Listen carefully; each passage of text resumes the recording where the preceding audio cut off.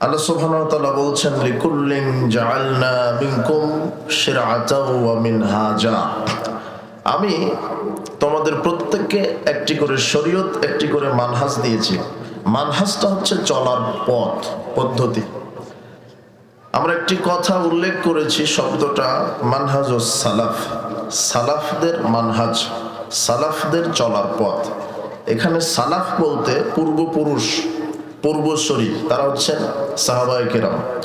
নবী করিম সাল্লাল্লাহু আলাইহি সাল্লাম বলেছেন খায়রুন নাসি কারনি, সর্বশ্রেষ্ঠ যুগ আমার যুগের মানুষ যারা তারা, সুম্মাল্লাযিনা ইয়ালুনাহুম সুম্মাল্লাযিনা ইয়ালুনাহুম, এরপরে যারা আসবে তারপরে যারা আসবে তারা।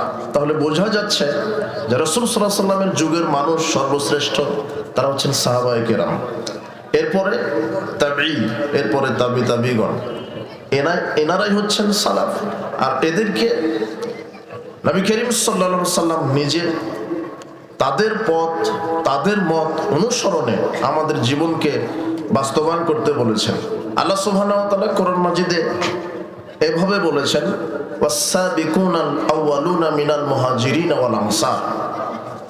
ঈমান আনয়নে অগ্রগতি হয়েছে যারা মুহাজির আনসার অর্থাৎ সাহাবায়ে কেরাম, ওয়াল্লাযীনা তাবাউহুম বিইহসান রাদিয়াল্লাহু আনহুম ওয়া রাদওয়ান।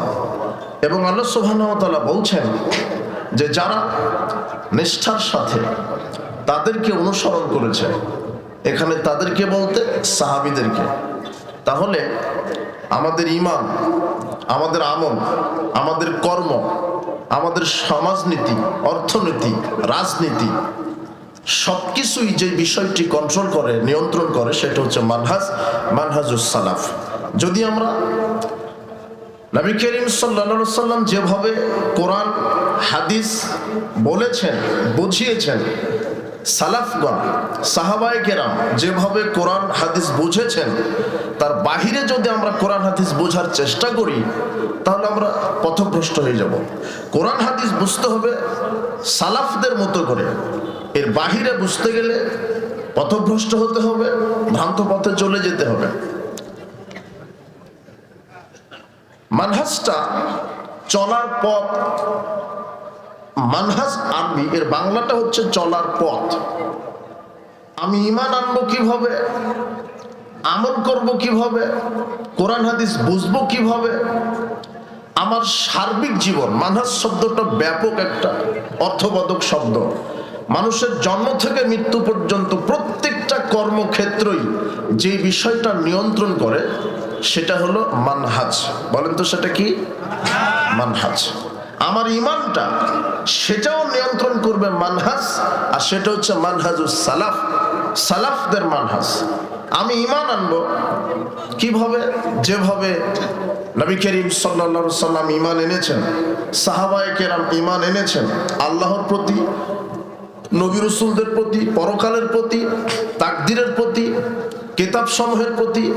ঈমানের যে মৌলিক দিকগুলি, এই ঈমানকে বুঝতে গেলে কিভাবে যে আমরা ঈমান আনবো, আল্লাহ সুবহানাহু ওয়া তাআলা কোরআন মাজিদে বলছেন যে ফাইন আমানু বিমিথলি মা আমানতুম বিহি ফাকাদ ইহতাদাউ। তারা যদি ওইভাবে ঈমান আনে যেভাবে তোমরা ঈমান এনেছো, তাহলে তারা হেদায়েত পাবে।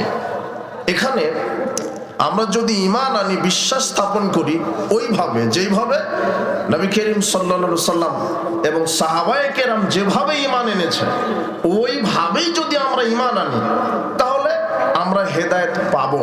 সূরা বাকারার 137 আয়াত এটা। তাহলে আমাদের ঈমানটাও নিয়ন্ত্রণ করছে মানহাজুস সালাফ। কাদের মানহাজ?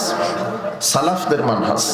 আজকে ঈমানের ব্যাপারে, বিশ্বাসের ব্যাপারে কত দল উপদল,